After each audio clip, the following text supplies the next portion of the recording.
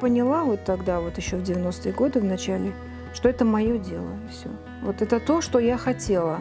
В 90-м году, если вы помните, полуторачасовые программы на крымско-татарском языке были на телевидении ГТРК Крым. И там, значит, в конце новостейных программы прозвучало объявление о том, что объявляются курсы по изучению крымско-татарской вышивки. И к нам домой приехал Меметов Сетмемет Ага. И он тогда вот показал мне, как выполняется техника золотного шитья. А вот уже на следующий год опять было объявление дано, и Сетмемет Ага лично сам мне сообщил о том, что из Москвы приедет женщина, которая занимается каким-то очень оригинальным видом шитья крымско-татарским. Когда была это Зулейха Бекирова. Я прибегала буквально на полчаса, у меня в руках всегда был карандаш, блокнот.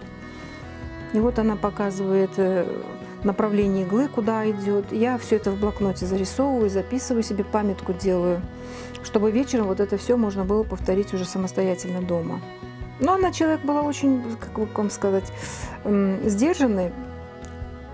Она не сильно была щедра на похвалу. Я так думаю, что это и правильно. Но в моей памяти она все равно живая, понимаете? Она все равно останется для меня живым человеком. Я с ней иногда как бы общаюсь вот на таком уровне. Как будто бы я ей задаю вопросы, как будто бы она мне отвечает, и как будто бы я знаю, что она мне ответит.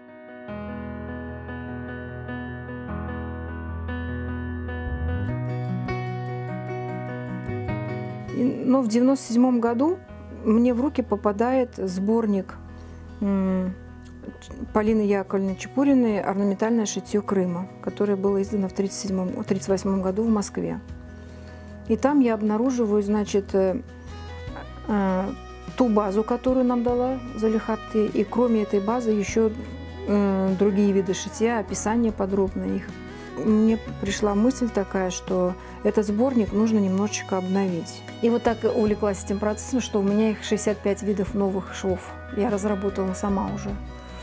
Вот, и на базе той, которая была. То есть базу я стараюсь не забывать, это наши как бы корни. Этот сборник тоже уже готов, сметался.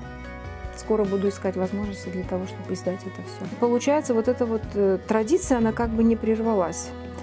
Зулейха Апте училась у Адавии Эфендиевой, я училась у Зулейха Апте, а уже у меня учится целая армия, так сказать, если можно так выразиться, учениц.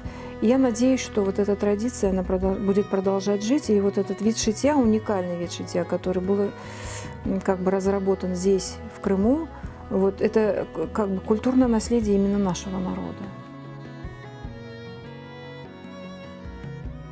Для меня королева вышивки вот у крымских татар – это татары-шлеме. Вообще вышивка, вы знаете, вот эта вышивка, она очень многому ведь учит тоже. Она учит терпению прежде всего, потому что она требует очень колоссального терпения, потому что одно изделие, чтобы от начала до конца довести, на это уходят месяцы.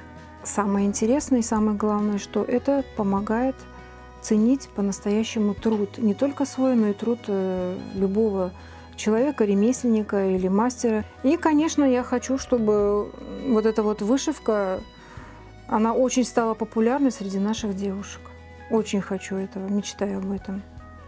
Чтобы она вот как бы вошла в наш дом, в каждый крымско-татарский дом, чтобы вышивка вошла, чтобы хоть одно какое-нибудь изделие, выполненное в технике татары-шлеме, в доме было.